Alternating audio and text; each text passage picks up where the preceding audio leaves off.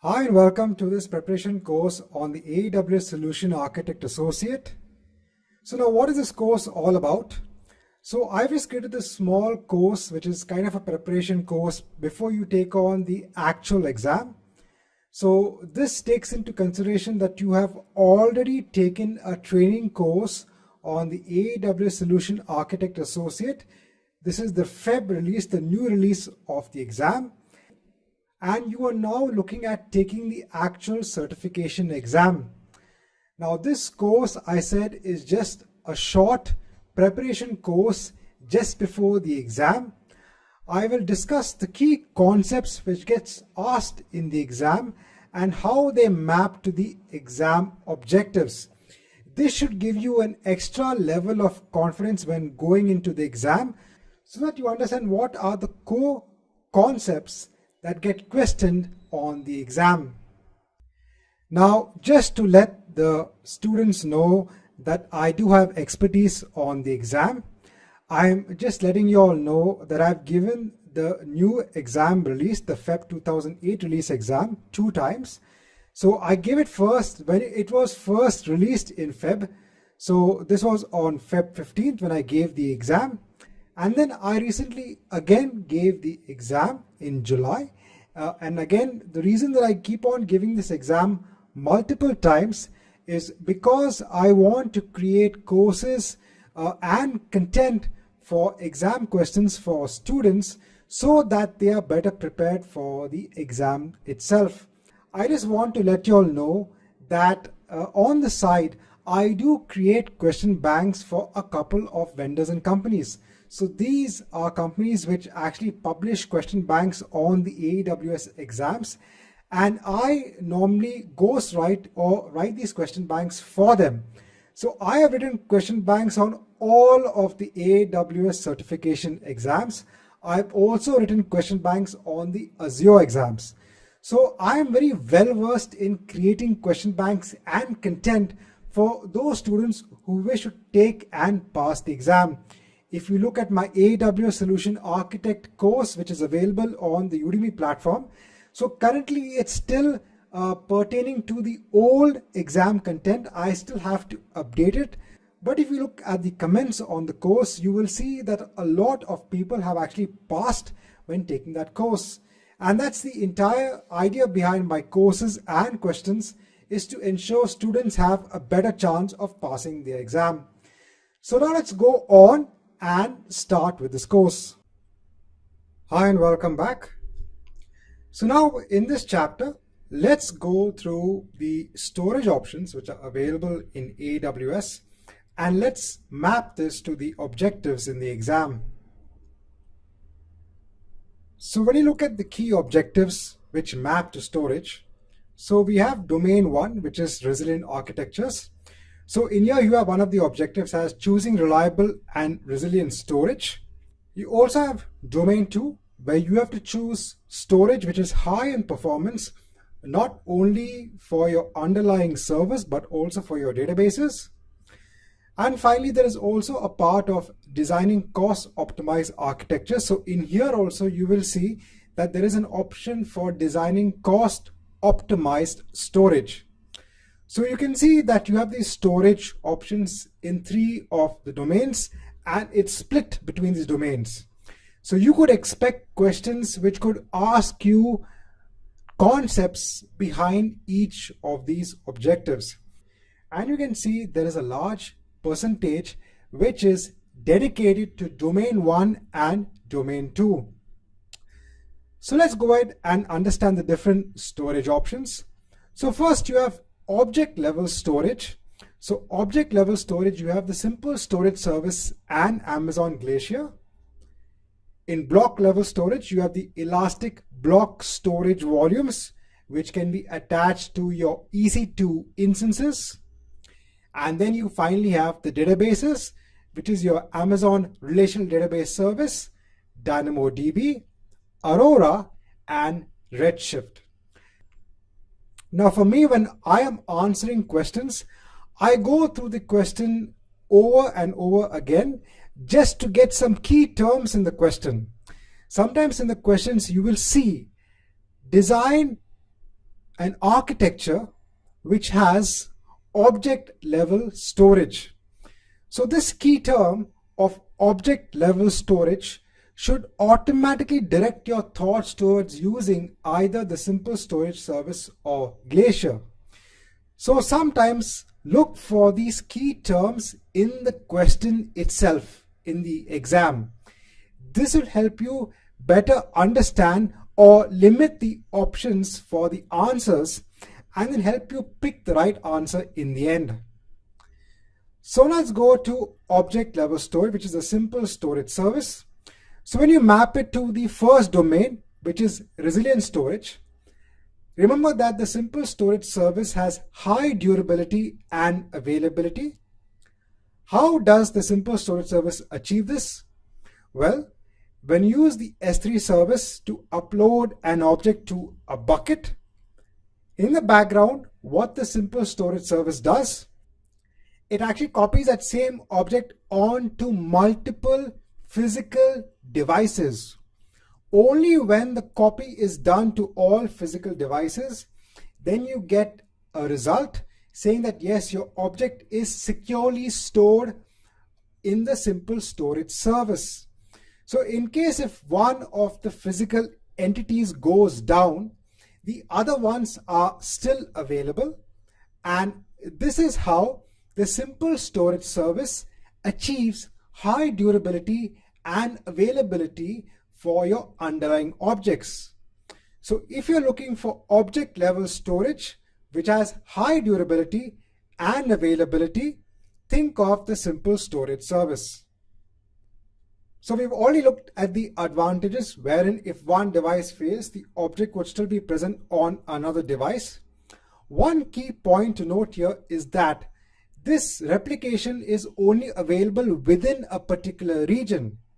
If you have a disaster recovery scenario in which you have really critical data, so if you have in the question saying it's critical data, it needs to be available all the time, even if the region goes down.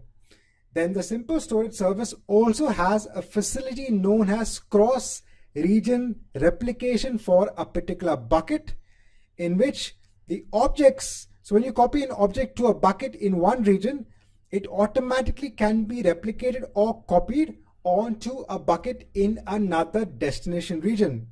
This will be done automatically for you.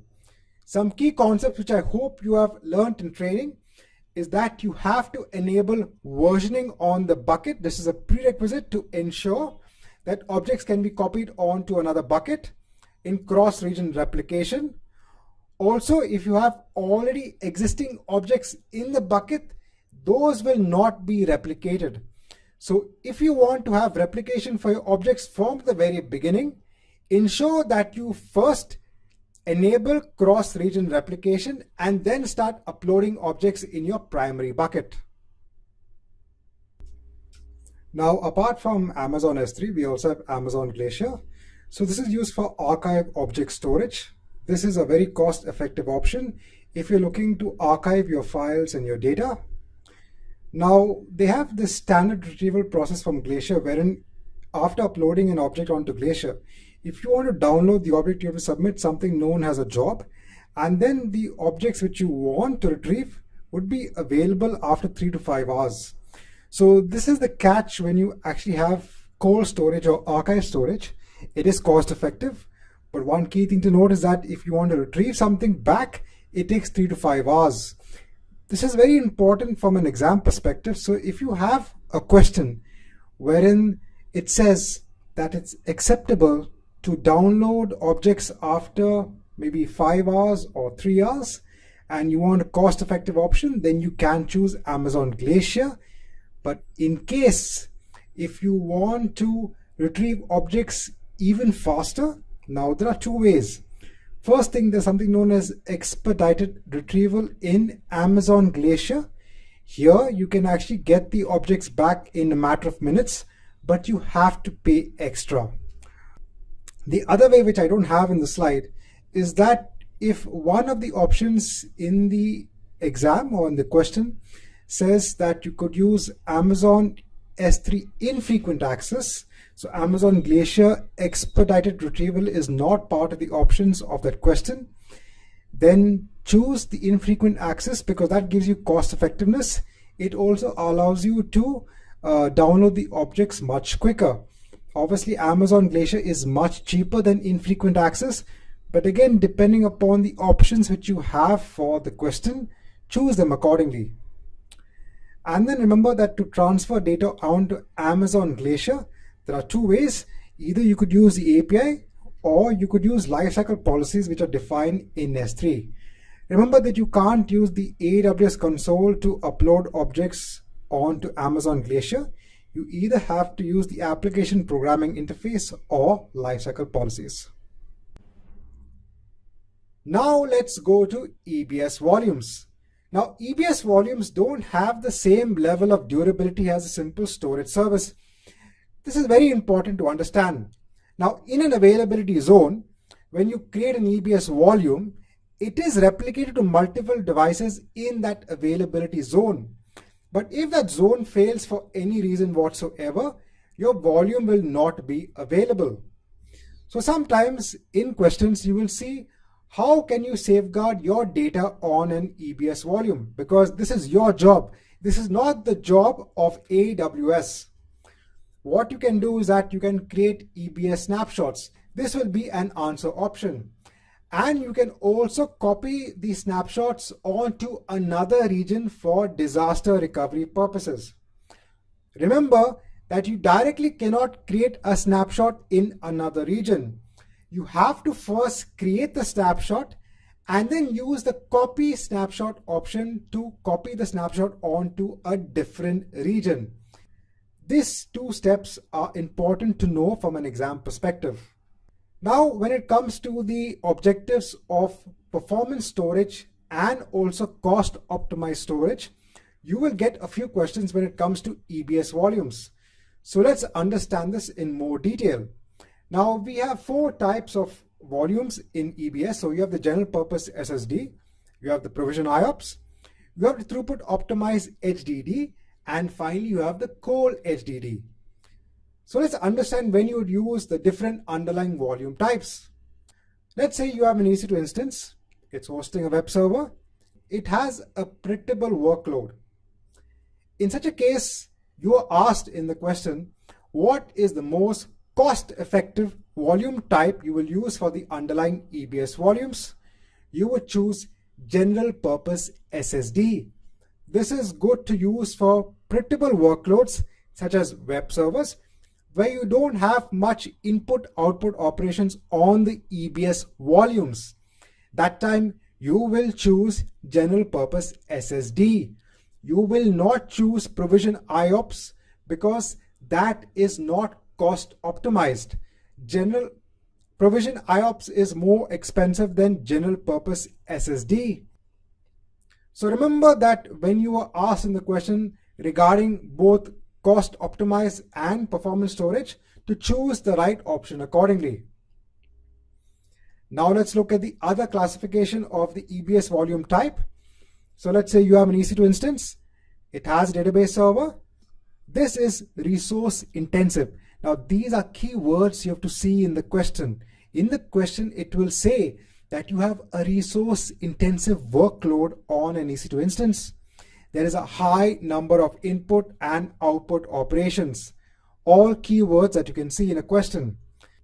Now, before we can actually go ahead and decide on what is the underlying EBS volume, I want to bring a small note on what is the meaning of a high number of input and output operations. What's the difference between the database server and a web server? So a web server normally would deliver your web pages, you request web pages, and it just picks up the content, processes it, and gives it to you.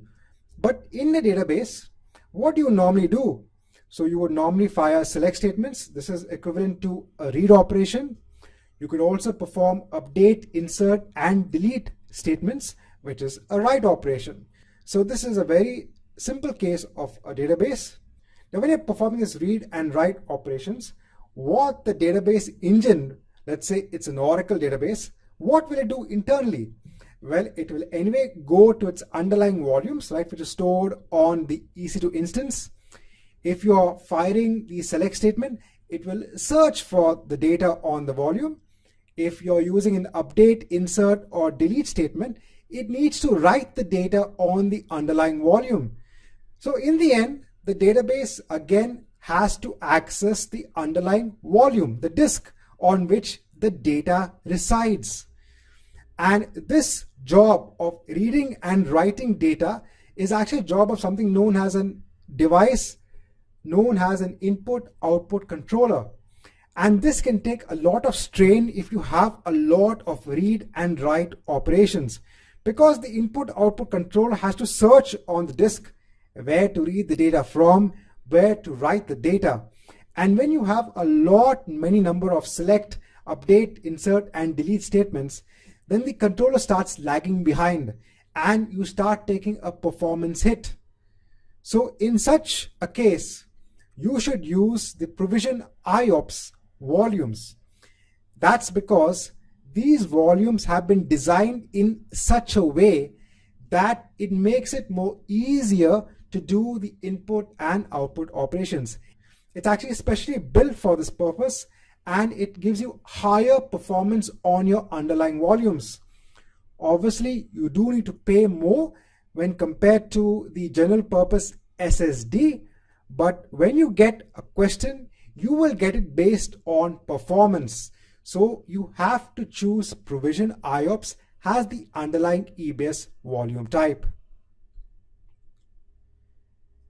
Next, let's take the next use case scenario. So we have an EC2 instance. This time we're having some sort of processing application on the server. It's used for processing videos. Now when you're processing videos, the videos could be taken from an external location. It will be uploaded to your EC2 instance. These videos could be large in size. These videos could be streamed from another device or application or another node. In such a case, you need high throughput. So throughput means that the amount of data which is coming in and out of your instance is a lot. So it's not the processing power. So it is not the amount of input and output that's occurring on the disk. So you're not writing frequently to the disk. This time it's the amount of data that you're actually writing and reading from the disk. So it's a chunks of data which is large in size. So in such a case, this is known as high throughput. What we use, you guessed it right, it is throughput optimized HDD. So in a question, you would get this figure saying that we want to have an EBS volume type which has high throughput of, let's say, 400 megabytes per second. So this is the amount of data that can be transferred onto the instance per second. So this is good for large streaming data such as videos, images, audio, etc. This is more cost effective than using provision IOPS. And then finally, to end all of this off, we have the COL HDD. This is for infrequently accessed storage. This is also optimized for throughput, but this is more for infrequent access. So let's take a use case scenario. Let's say you have a user uploading videos. It's the same as our previous case. The videos get stored on the EBS volumes. They get access very frequently over a period of 2 months, but then after that they start getting access less frequently. What would you do? So if you want to store these videos only on the EC2 instance, you can have 2 separate volumes. You can store the videos for 2 months on the volume which is of the EBS type throughput optimized HDD, and after 2 months you can have a script which transfers the video onto another volume which is of type COL HDD.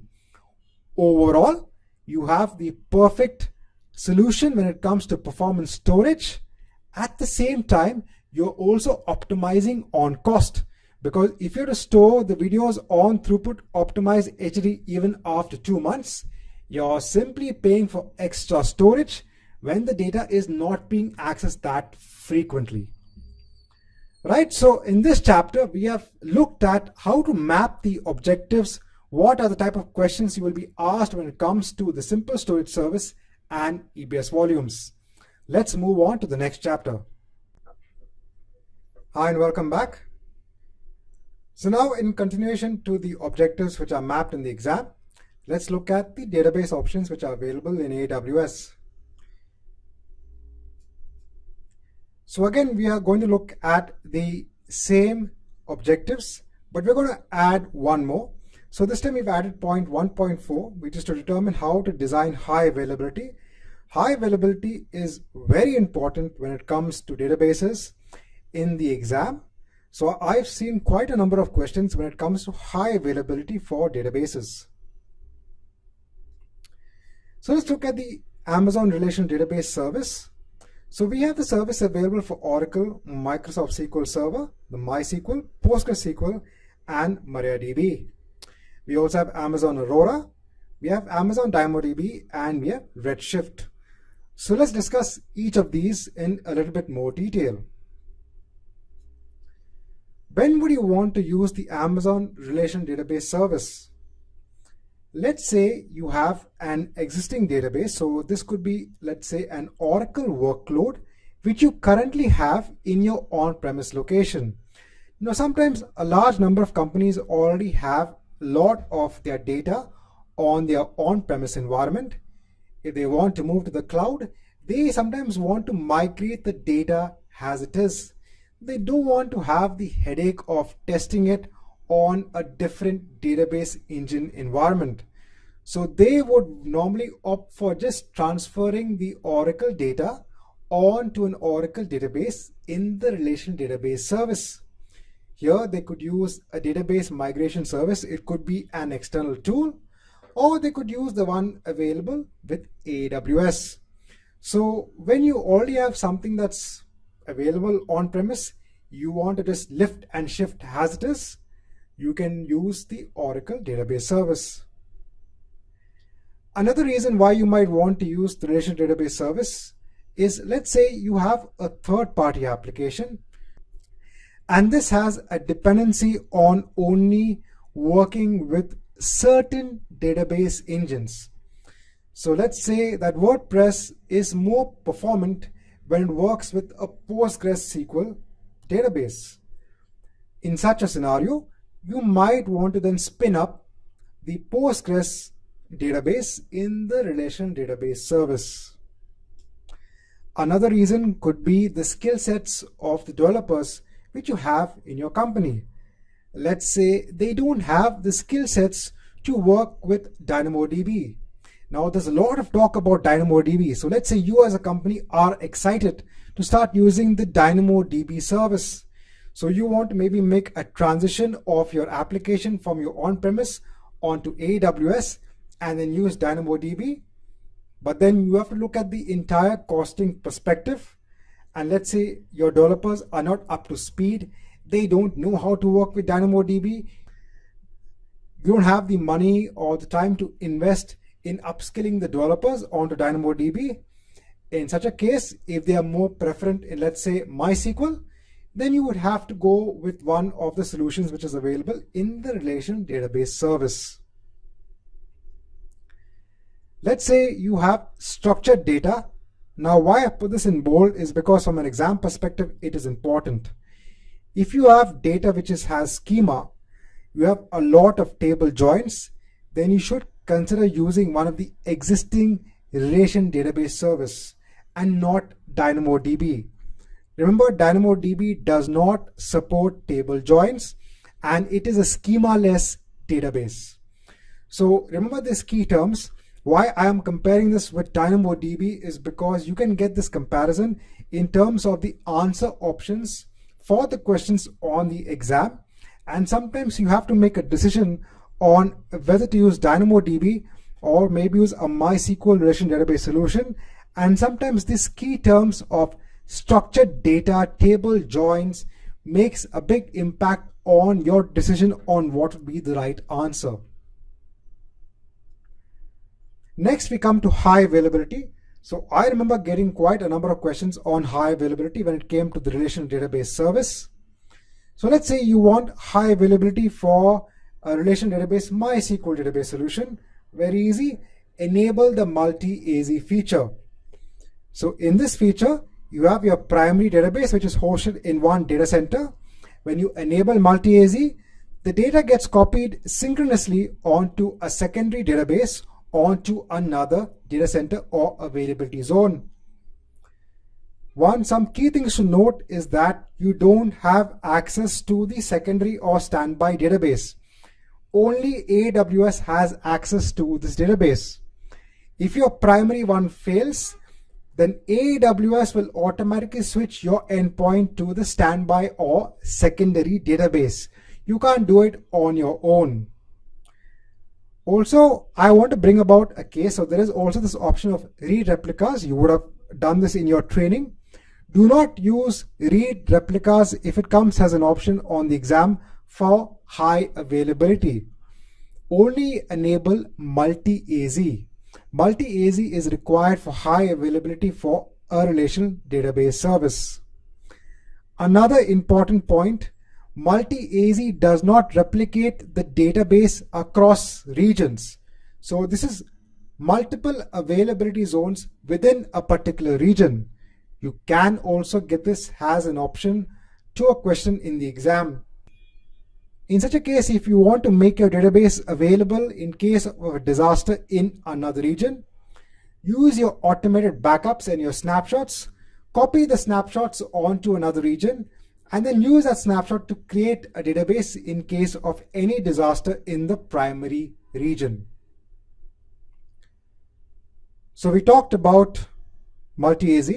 Now let's talk about read replicas. So this is available currently with the MySQL, PostgreSQL, and MariaDB solutions. So in here, again, you have your primary database and your secondary database. This time you have asynchronous replication onto the secondary DB. What's important is that now you do have access to the second database. So you can use both databases side by side. So you're given another endpoint for your secondary database. Now, when should you use read replicas? Very important. When you have performance problems on your primary DB. So let's say you have a reporting application which is taking static reports out of your primary database. The number of users are increasing and the database is taking a hit. What you can do is that you can create an exact read replica of the database, make it as a secondary database, make your reporting application split the workload across both the databases. So the read operations will not be directed towards the entire primary DB.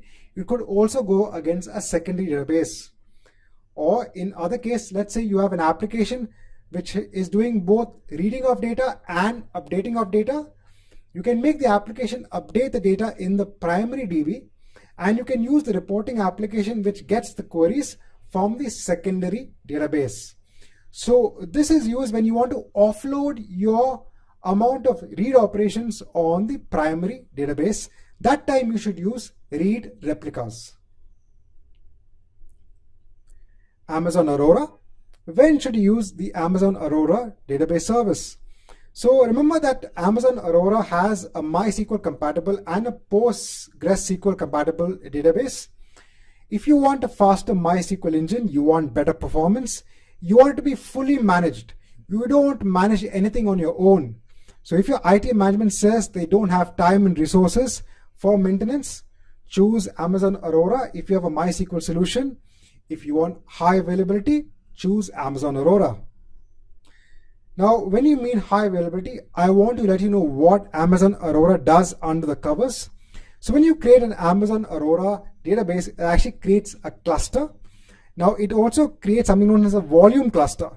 When you write data to an Amazon Aurora database table, what it does is that it actually replicates the data or copies the data onto 6 volumes. These 6 volumes are distributed across 3 availability zones. So that's a high number of volumes.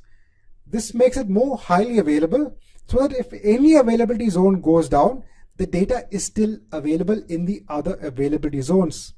So it will make writes to all the volumes in all the availability zones, and it will make a read operation to just one volume cluster in one availability zone. It also has this concept of read replicas. So we have seen the concept of read replicas when it came to the relation database service. The same thing applies here. You have read replicas also for Amazon Aurora.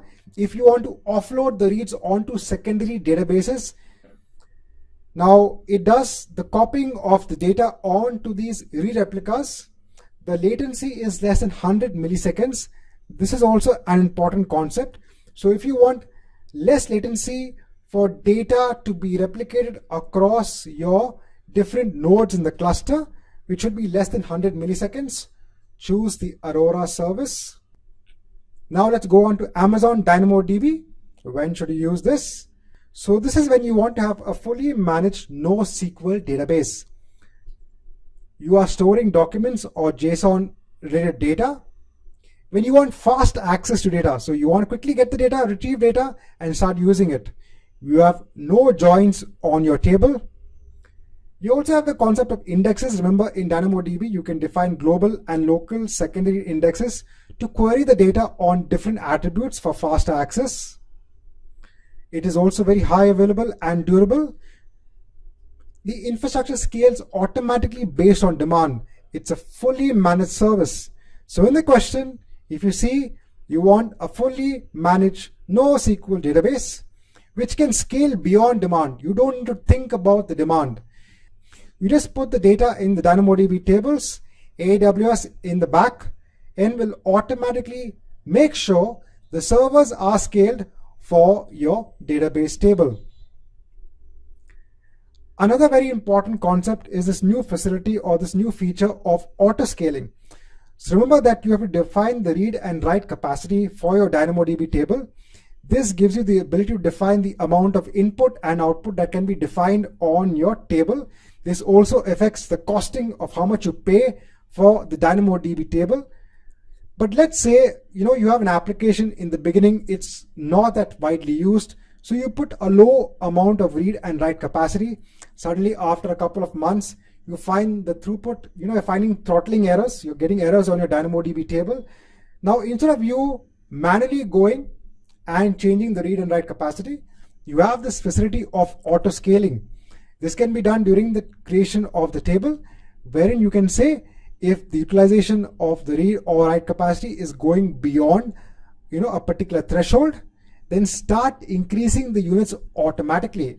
Remember, automation is a big thing in the industry. So remember that you can get questioned on auto scaling for DynamoDB. Next, let's go on to Amazon Redshift. This is a column-based database. This is good when you have aggregation for your data. So let's say you are performing a lot of sum, averages, minimum, maximum on your data, and that's a lot of data. Think of using Amazon Redshift. When you want to store historical data from different sources, remember this is a petabyte database service which can scale very easily. So if you have a lot of data, this is like a data warehousing solution. Choose Redshift. Now, when you have SQL-oriented databases like MySQL, Oracle, and Microsoft SQL Server, these traditional database systems, remember that the data is stored on the disk row-wise. But I said, since this is a column-based database, for Redshift, the data is stored on the disk column-wise. This is why it makes it more faster to work on your data on a column-wide fashion. And that's why I said it's good when you have aggregated or you want to perform aggregation on your data. You can also use business intelligence tools with Redshift, all very key terms for the exam. So all these points come in the question, and then you as an architect have to decide what is the best data store to use for your solution. And if you want to have disaster recovery, this is also a very important point. Then you can enable something known as cross-region snapshots. You can then restore the data onto a new cluster in the new region with this snapshot data. So this marks the end of this chapter where we've looked at the database aspect when it comes to the exam. Let's now move on to the next chapter in this course. Hi and welcome back. So now let's discuss on the compute section. So in this, I want to discuss the concepts which align to the objectives of 4.2, which is to determine how to design cost optimized compute. and also for choosing design features in solution that enable operational excellence. So when you look at compute, so first let's look at instance pricing. So this is something very important to know when you're looking at cost optimized compute options in AWS. So a lot boils down to the instance pricing. So we have on-demand instances. So this is good when you have development and test environments.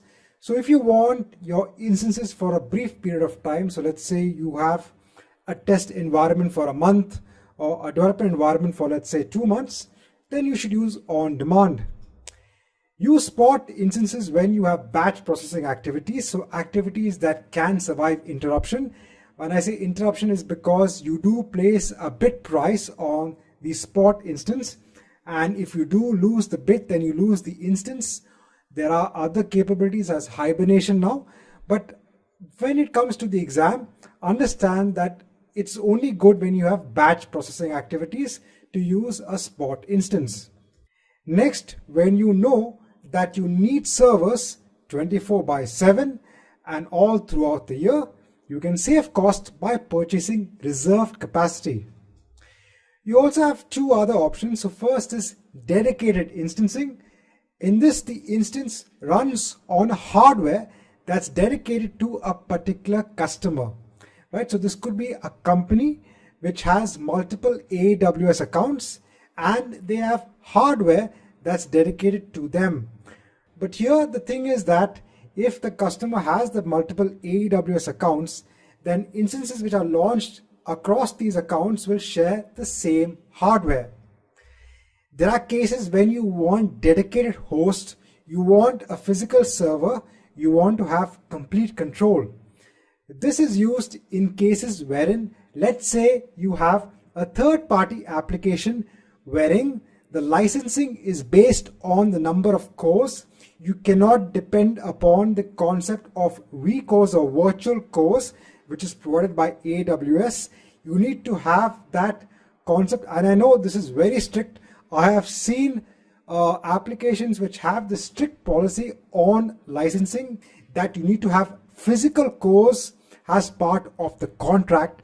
In such a case, you have to use dedicated host, or maybe you have a security policy which mandates that you cannot share infrastructure with any other instances. In such a case, you have to use dedicated hosts. Next, we have our serverless compute option. So here we have AWS Lambda. This is good when you don't want to manage the underlying infrastructure. So you know, in AWS Lambda, you only get billed for how much you use. It's very easy to port your existing code and save on cost by using AWS Lambda, because you don't need to worry about the costing of your underlying EBS volume or your underlying EC2 instance. You just pay for how much ever you use. Now, normally this Lambda function is used along with the API gateway. So if you do get a question on combination of services, it's always API gateway along with the AWS Lambda. You can create APIs in the API gateway service, which can be invoked by customers.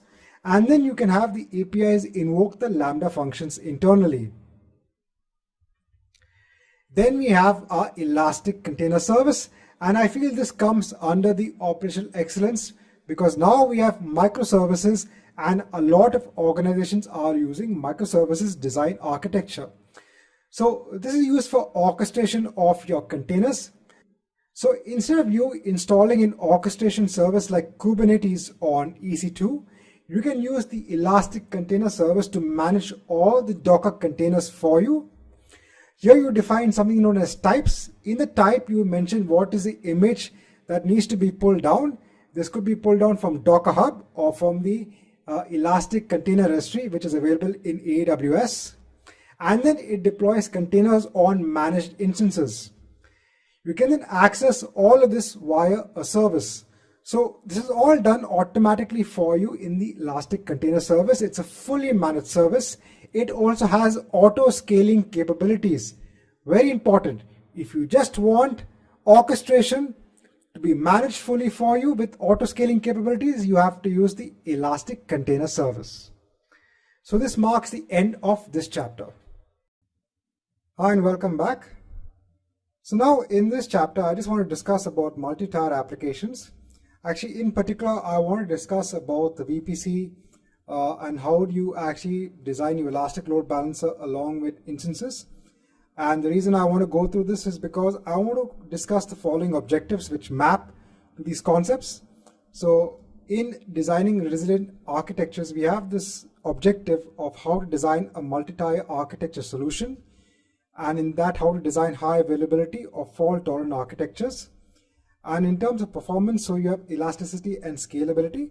So we'll discuss elasticity when it comes to the load balancer. And then finally, when it comes to securing applications, how would you define the networking infrastructure for a single VPC application? So the use case scenario actually, which I want to discuss, maps to these objectives. So let's move forward. So this is a very simple architecture. So you have your VPC, you have a public subnet, you have a private subnet. You could have your web server in the public subnet in one availability zone. You could have your database server in the private subnet. The public subnet has access to the internet via the internet gateway. A very simple architecture which you would have learned during your course in the AWS Solution Architect Associate.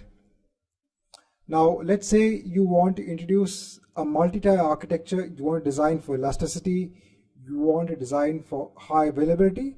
You would then put a load balancer in front of your web servers. So now what you would do is that you would have multiple private subnets. You would have your web servers in the private subnets. Now, why have I put private subnets is because this is good from a security aspect. Remember that if you are putting a load balancer in front of web servers, it's not required to put your web servers in a public subnet. They can be in a private subnet.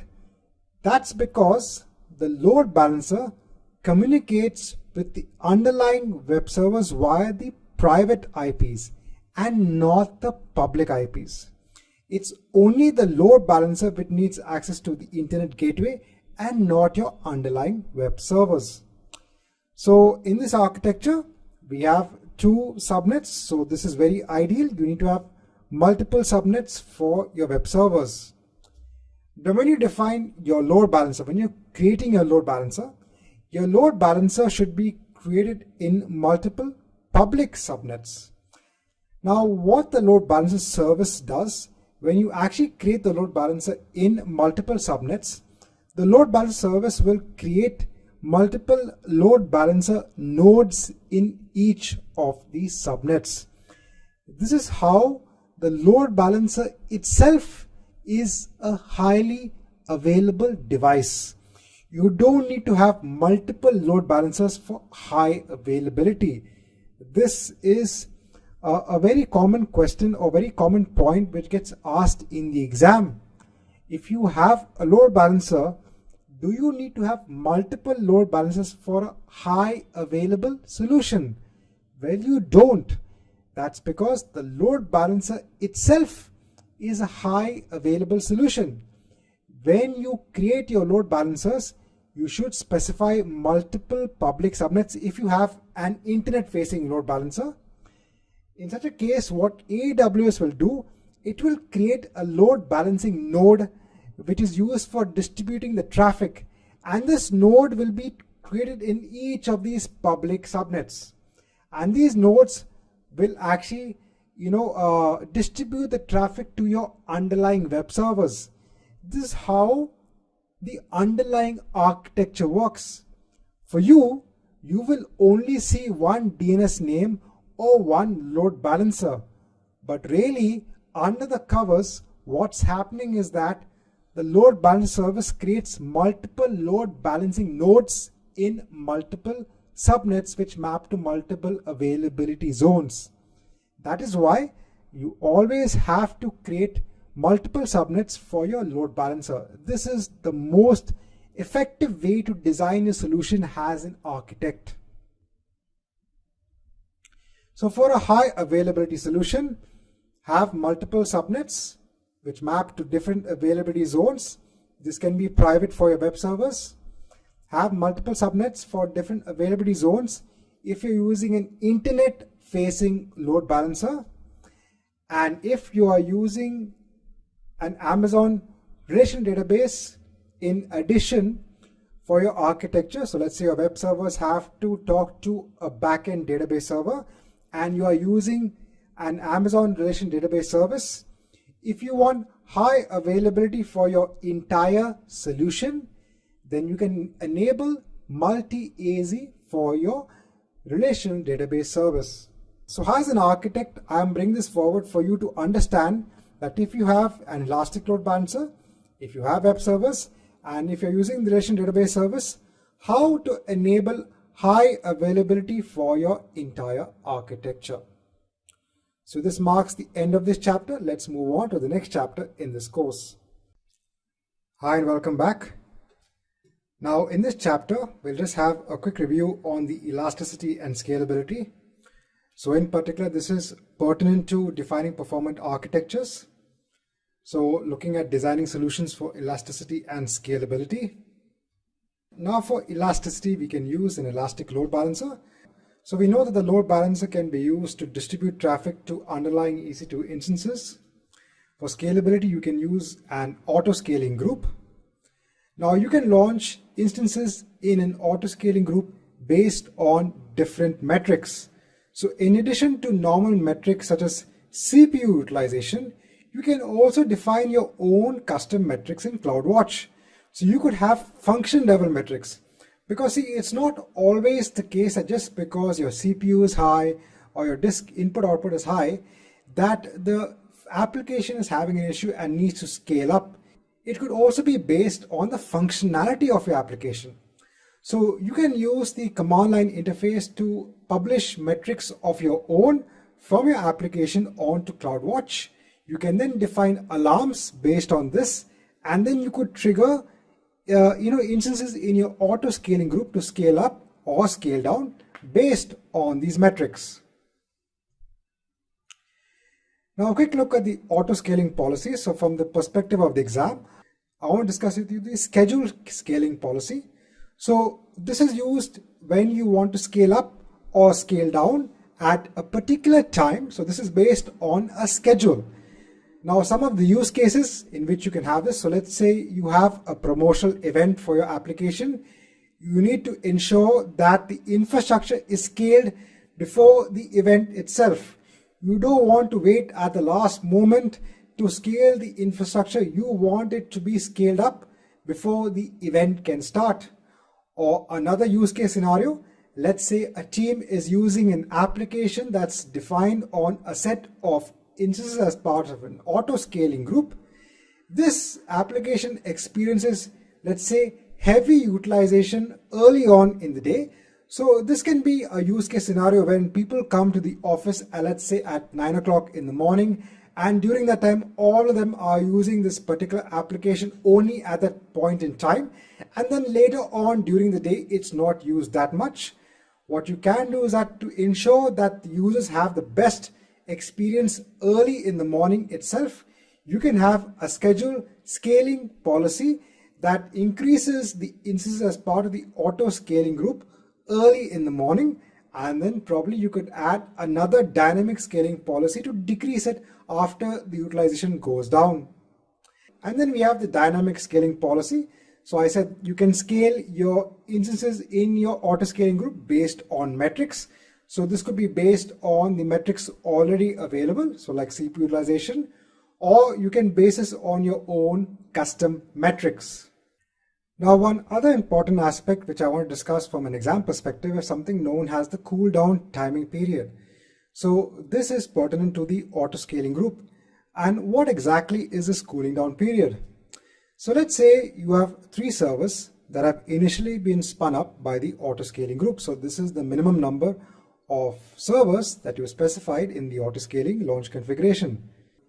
Now let's say your performance starts taking a hit, your application is having issues, and it's now triggered a CloudWatch alarm at, let's say, 9 o'clock. Now auto scaling as part of this alarm is now spinning up 2 more servers. So now you have a total of 5 servers. But now for these two additional servers, new software needs to be installed. Some scripts need to be run to ensure that these two servers can join the initial three servers and start accepting the request. Now let's say this takes a duration of 10 minutes, because obviously when you are scaling up new instances, you need to have something running on it, and it needs to be part of that group to start accepting the requests. So let's say this is taking 10 minutes. Now during this time, so let's say again in 5 minutes, because the new servers are not ready, your three servers are still taking a hit, and again your CloudWatch alarms have been triggered. What will auto scaling do? Auto scaling will again start spinning up new servers unnecessarily. So instead of now having 5 servers, you could start having 7 servers, and this could go on for some particular period of time. So you are not giving enough time for those 5 servers to settle down. This is where you have the cooling down timer period. So what you can do is that you can increase this time period to ensure that the infrastructure has enough time to settle down. If any CloudWatch alarms are triggered during this period, they will be ignored. This gives enough time for your infrastructure to scale properly and start accepting requests. This is important from an exam perspective. Now when it comes to scalability, so one of the most popular services which is used for decoupling, you would have learned this, is the SQS queue service. So it's very simple. You have users, they could be going to your front-end server. Your front-end server could be sending messages to an SQS queue, and then you have an auto-scaling group which is taking those messages and processing whatever information is required. Now you can trigger scaling of the auto-scaling group even based on the number of messages in the queue. So let's say the number of requests are increasing, your queue length is increasing, the number of servers in the auto-scaling group is not processing the messages in an ideal fashion. You can then set the scaling operation to scale up the number of servers based on the number of messages in the SQS queue.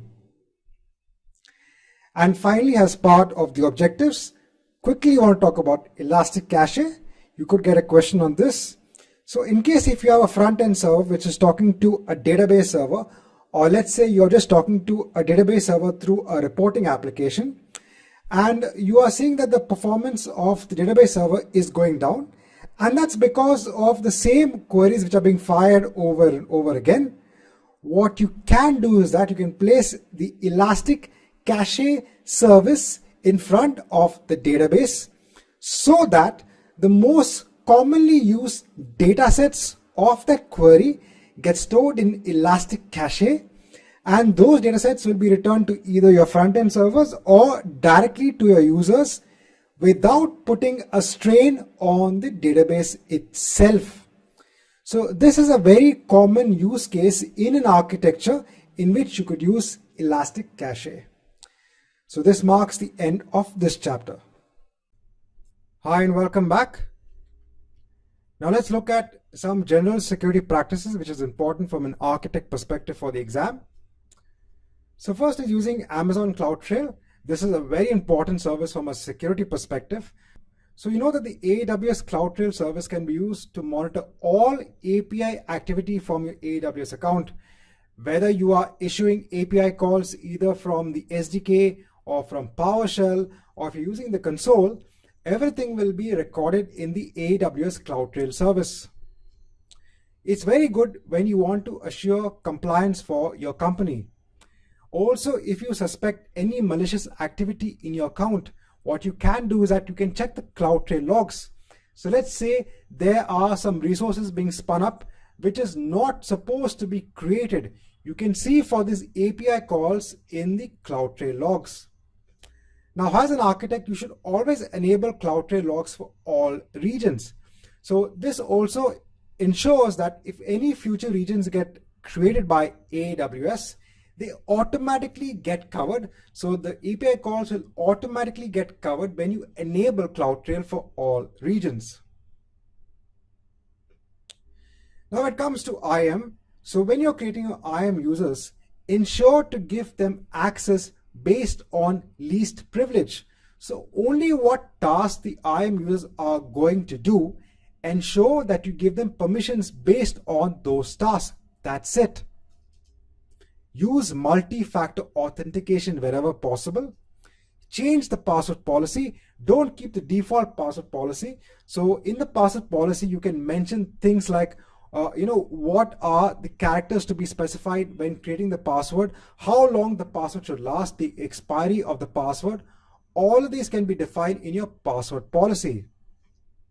Disable the root access keys.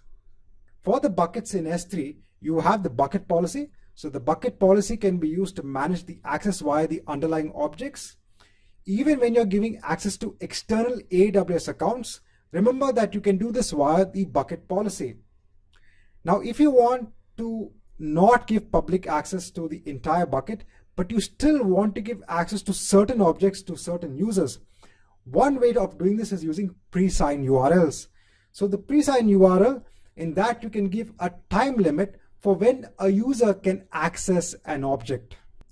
Next, we come to IAM roles. So remember, this is used for secure access to your resources. So let's say you have an application on an EC2 instance which needs to access a service like S3 or DynamoDB. Ensure to attach an IAM role to that instance with the specific privilege. This is very important. See, during development time, it's okay to use access keys, but when you go on to deployment or to production, ensure that you use IAM roles for secure access. Even when you're using a Lambda function, if the Lambda function is accessing an external resource like DynamoDB or S3, ensure that an IAM role is attached to the Lambda function. When it comes to network security, so we've already seen prior that you can use a NAT instance or a NAT gateway to allow an instance in a private subnet to access the internet. If you want an instance in a private subnet to access public resources like DynamoDB, S3 or KMS, remember you can't use the NAT gateway for this. You then have to use a special feature known as VPC endpoints. There are two types of endpoints. First is a gateway endpoint. This is used only when you want your instance to access either S3 or DynamoDB. Next is the interface endpoint. This is when you want to access other services such as KMS. So what you do is that you create a VPC endpoint to your service, you attach it to the VPC, and then you can make your instance in the private subnet access that resource via the endpoint. Now for Redshift, if you want the data during the load or copy process to be private, it should not go via the internet. It only has to go via the VPC.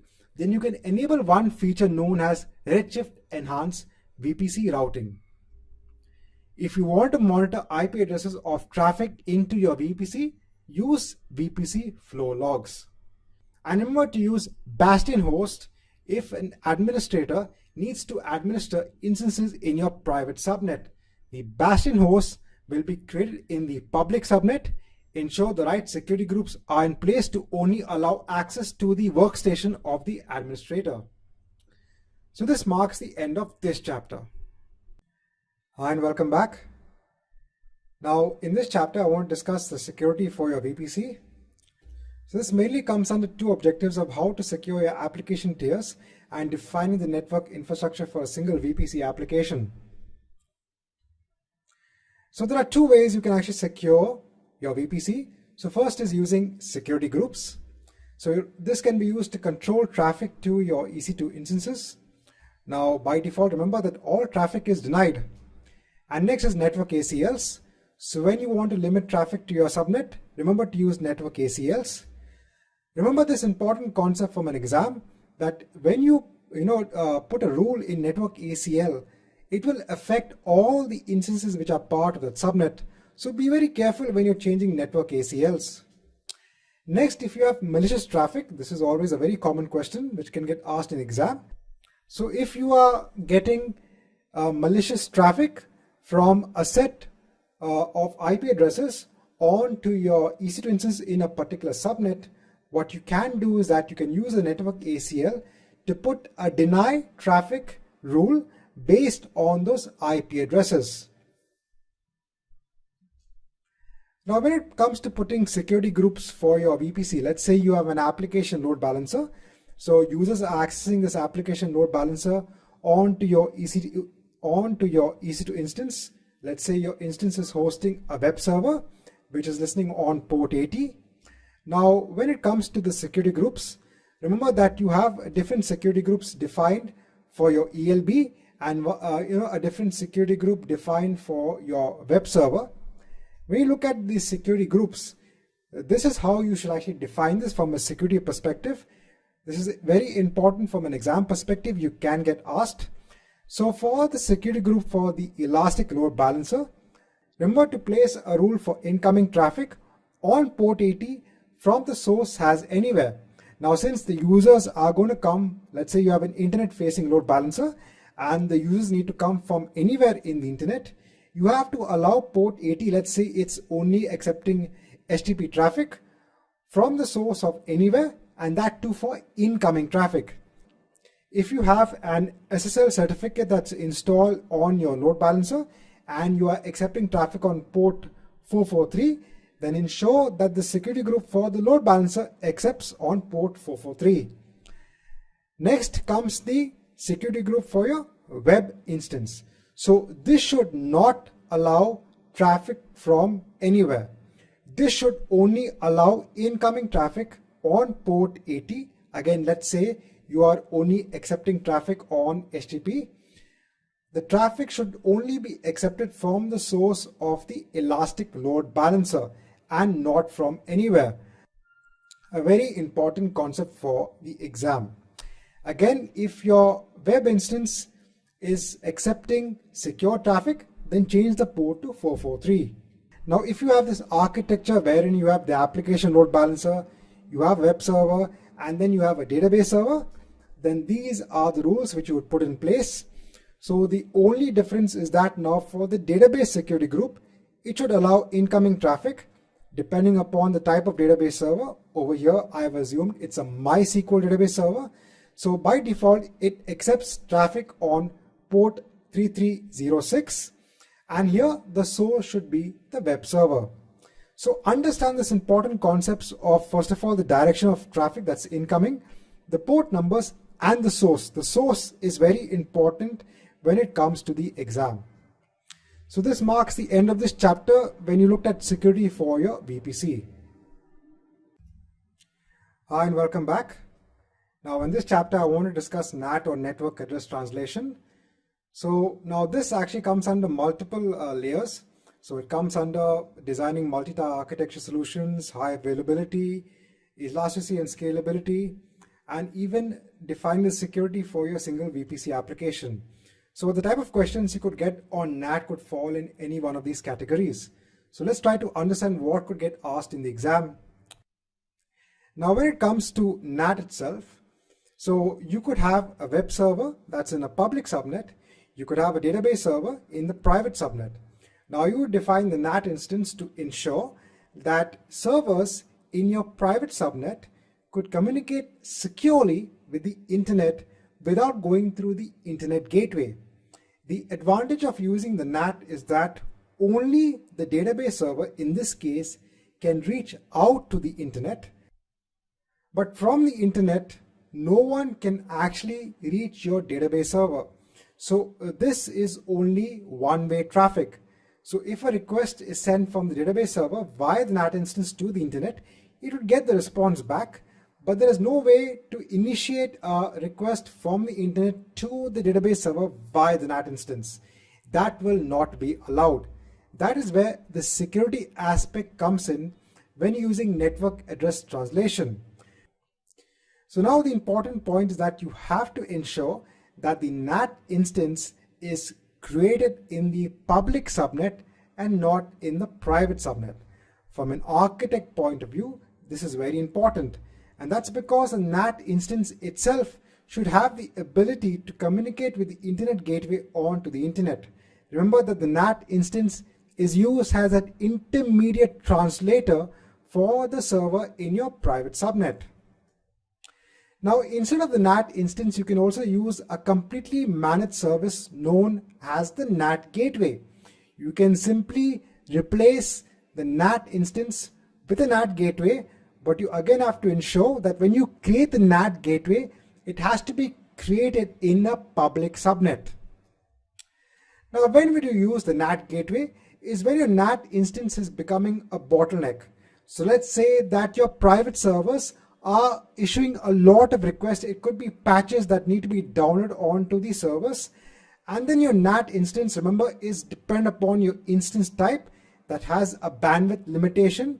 So that instance is becoming a bottleneck. The NAT gateway has high bandwidth and can allow a lot of traffic to flow into and out to your subnets. Also use a NAT gateway when you want to have a completely managed service. Remember, if you're using a NAT instance, you are responsible for maintaining that NAT instance. You are responsible for the security of the NAT instance. You are responsible for ensuring that the instance is always up and running. But if you want a completely managed service, you don't want to think about it, use the NAT gateway service. When would you want to use a NAT instance? This is when you want to use it as a proxy server as well. Now, if you want high availability for your NAT instance, very important from an exam perspective, you can create an auto-scaling group, put the launch configurations for your NAT instance, and you can also have multiple NAT instances in multiple availability zones for high availability. If you want high availability for your NAT gateway, ensure that you create multiple NAT gateways in multiple availability zones. So this marks the end of this chapter. In this, I just want to tell you about NAT and the high availability of network address translation which you can have in your VPC.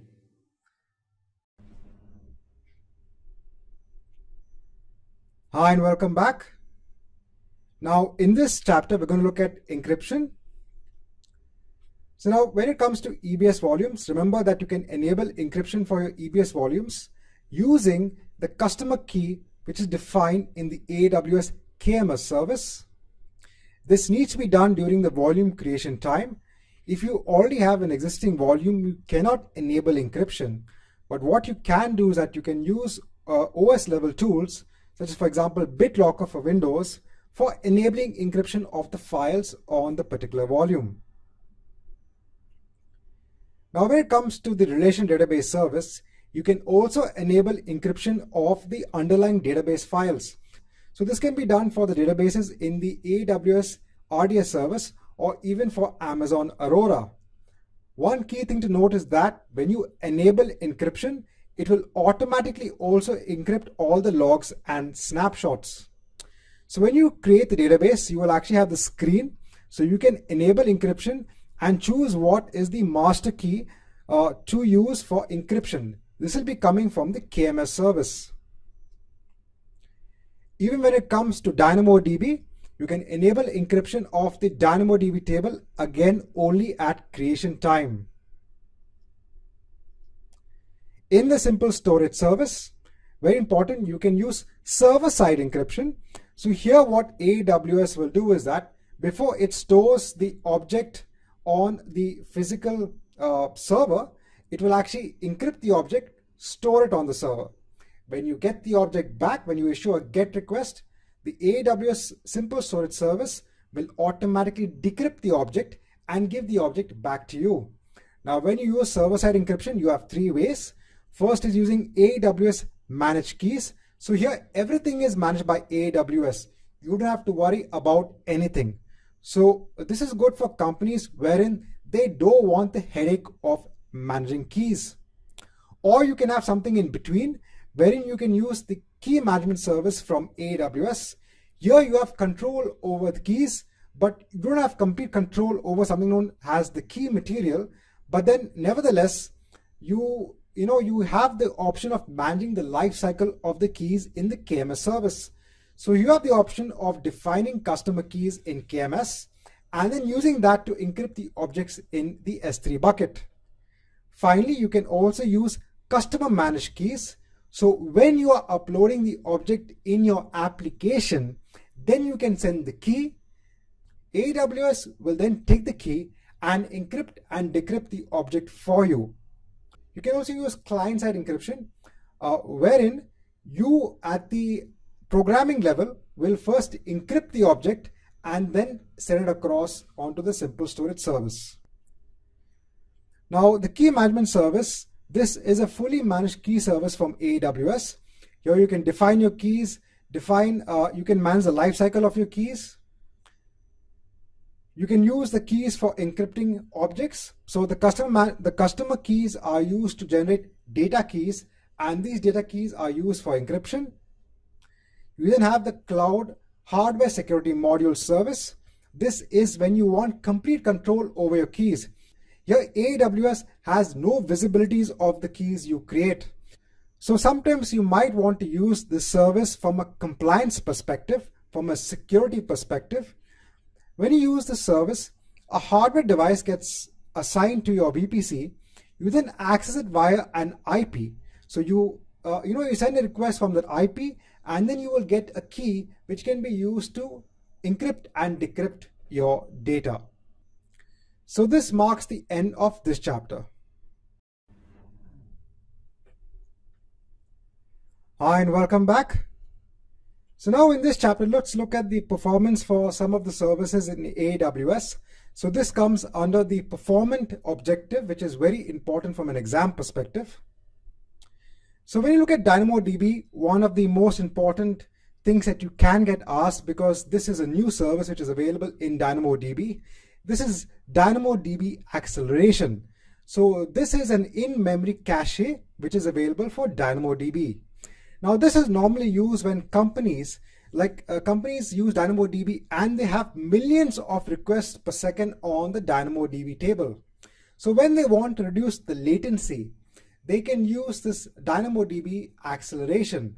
This creates an in-memory cache for DynamoDB so that that data which is queried more often will be stored in the cache. It's sort of like having elastic cache in front of a relational database system. But in this, you have that in-memory cache which is part of the DynamoDB service. So this is good when you have millions of requests for a DynamoDB table and you want to reduce the latency of the access to that particular table.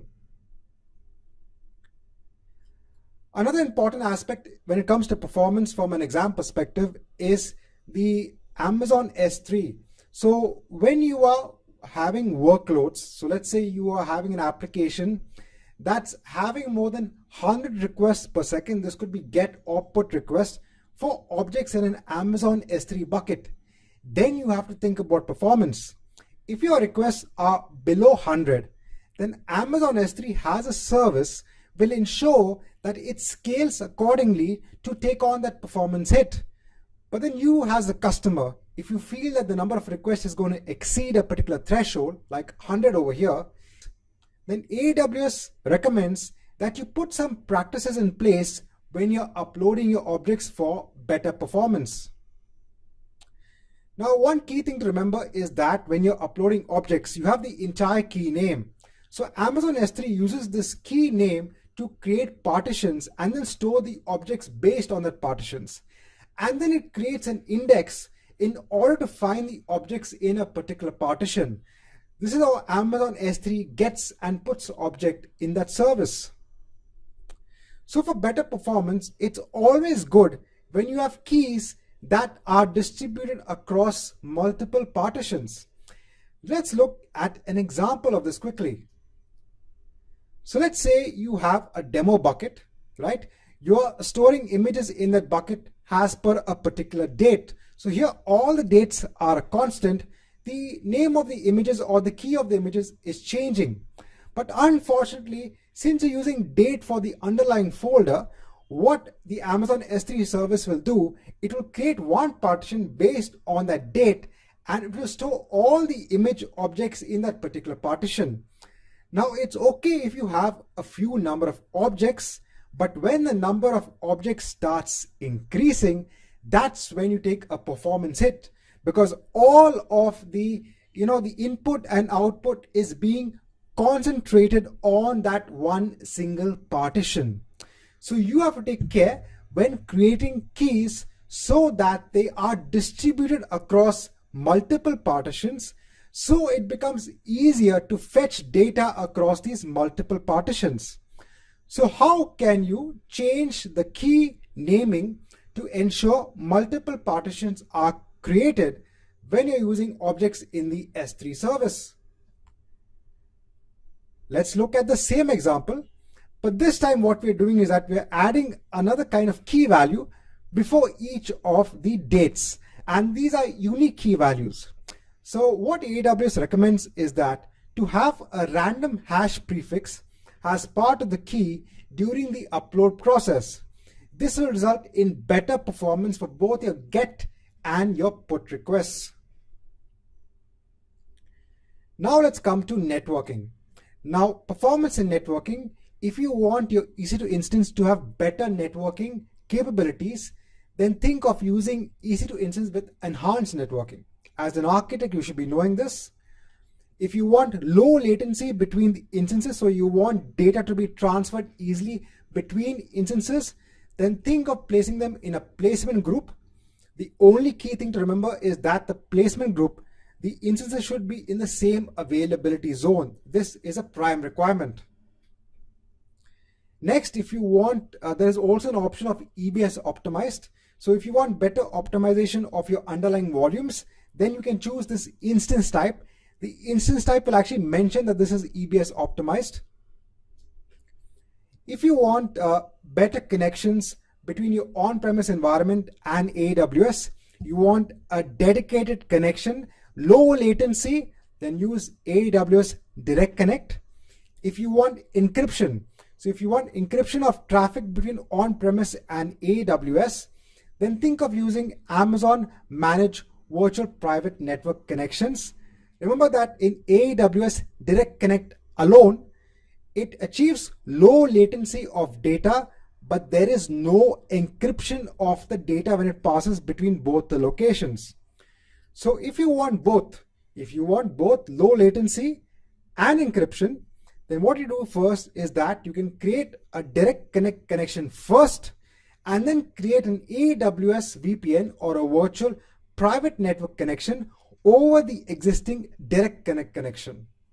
All important when you are an architect. Remember, as an architect for the exam, you have to understand several aspects. So it's not only about managing environments, it's also about managing security, managing networking.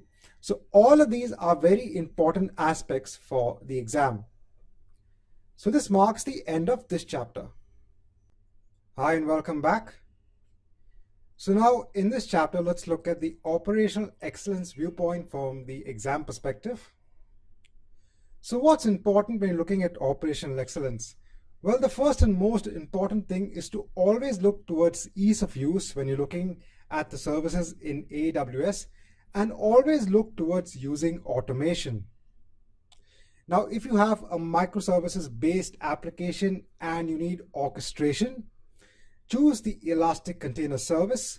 So in the Elastic Container Service, which also now has support for Kubernetes, you can actually orchestrate the containers for your microservices based application.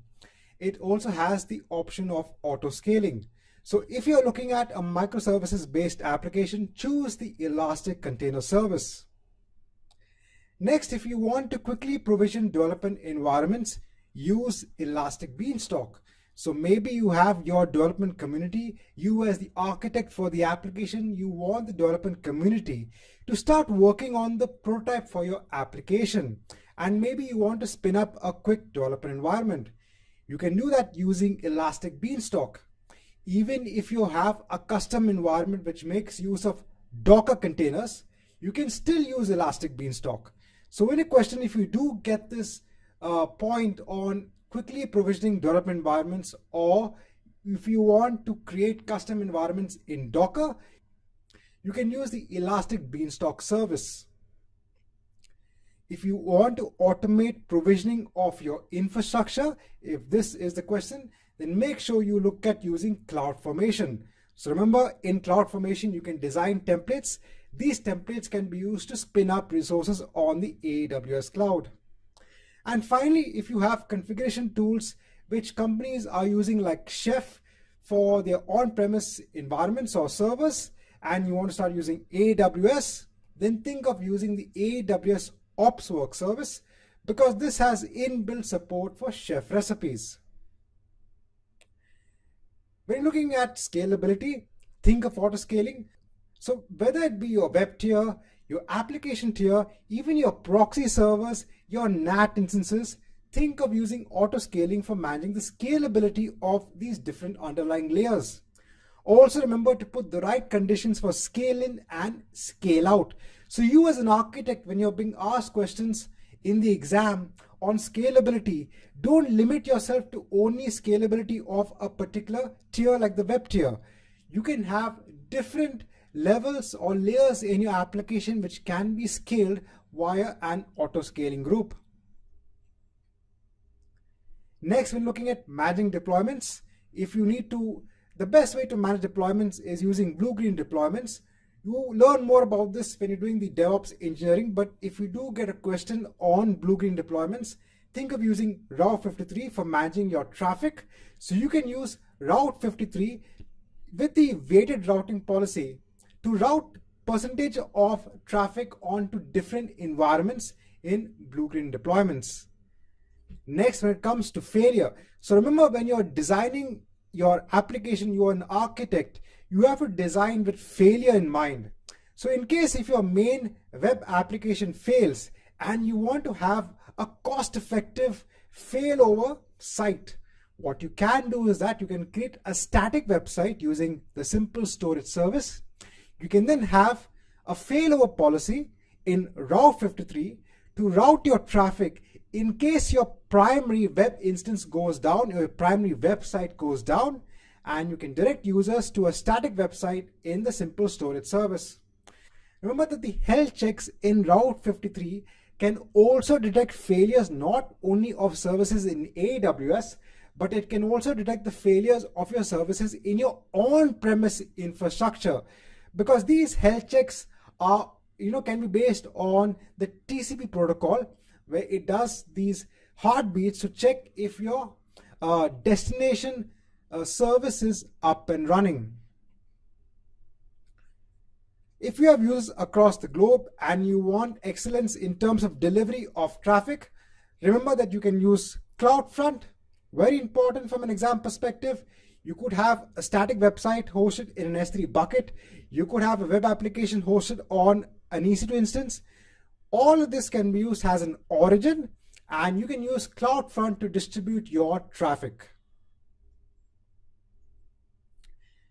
AWS Lambda is the service for automation.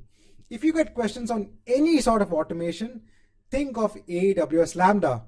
So some use cases, you can use CloudWatch events to see if your instance has been compromised. You can then use a Lambda function to terminate the instance. Another use case, let's say you have an application which is storing objects in S3.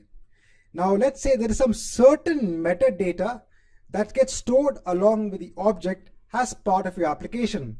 So let's say you have your privileged users as part of your application who is paying money for your service, and you want their objects to get more preference. So what you can do is that you can add metadata in the object being uploaded saying that this is a privileged user. But how do you come to know who are the privileged users and what are the objects they have? What you can do is that you can have a Lambda function which can be attached to an S3 event so that whenever the object is uploaded, it will read the metadata in the object and then create a row in a DynamoDB table. This is how you can use Lambda for this sort of automation. So this marks the end of this chapter. Hi and welcome back. So now in conclusion, I just want to talk about the exam itself. Now in the exam, you could get similar questions on the same topic. So I do reiterate this to students who are going to take the exam. Now, for example, in one of the exams, I got 3 to 4 similar type of questions on EBS volume types. And that's why I actually included a chapter in this course which explained the EBS volume types. In another, I got 3 to 4 questions just on high availability for AWS RDS. So in my quizzes, if you're taking any one of my practice tests, do not think that these type of questions will not come in the exam. So I said I've given the exam twice and I have seen this repetitive type of questioning on the same topic. Now, as part of this quiz, I have a sampler quiz of 20 questions. I have a separate course which is completely dedicated to practice test on the associate level exams. So currently I have 2 quizzes available of 65 questions each, which is again relevant to the pattern of what gets asked on the AWS Solution Architect Associate exam. There is also currently a quiz in that practice test on the AWS Cloud Practitioner. And I'm currently working on writing the quiz because it does take time to write the quiz and write the explanation. So I'm doing it currently for the AWS SysOps Administrator. And in the next week, I'm going to be giving the AWS Developer June 2018 release. So in that question bank for that course, by the end of this month, I'm going to have 2 question banks on each of the associate level certification exams. So you can check the bonus lecture in this course. I have a discount coupon, again the normal for 9.99 USD. So with this coupon, you will get access to question banks on all the associate level exams. So instead of you purchasing separate courses on separate practice tests for separate exams, I am putting everything as part of one complete course. So you can use the discount coupon to get this course. I'll just quickly show you how the questions have been framed in that particular practice test course. Now for each quiz, I've actually divided the questions into the different domains. So these are the domains which are part of the objectives. When you look at the objectives of the AWS Solution Architect Associate exam, you will get your score. I've put a 75% scoring percentage as part of the quiz itself. If you are taking the quiz, I urge you to aim higher. It just gives you that more level of confidence when you're going for the exam. And when you go on to review questions, now for each and every question, I've ensured first that they're all scenario-based questions because this is what gets asked in the exam most frequently. I provide what is the right option and I've provided a detailed explanation on why this is the right option.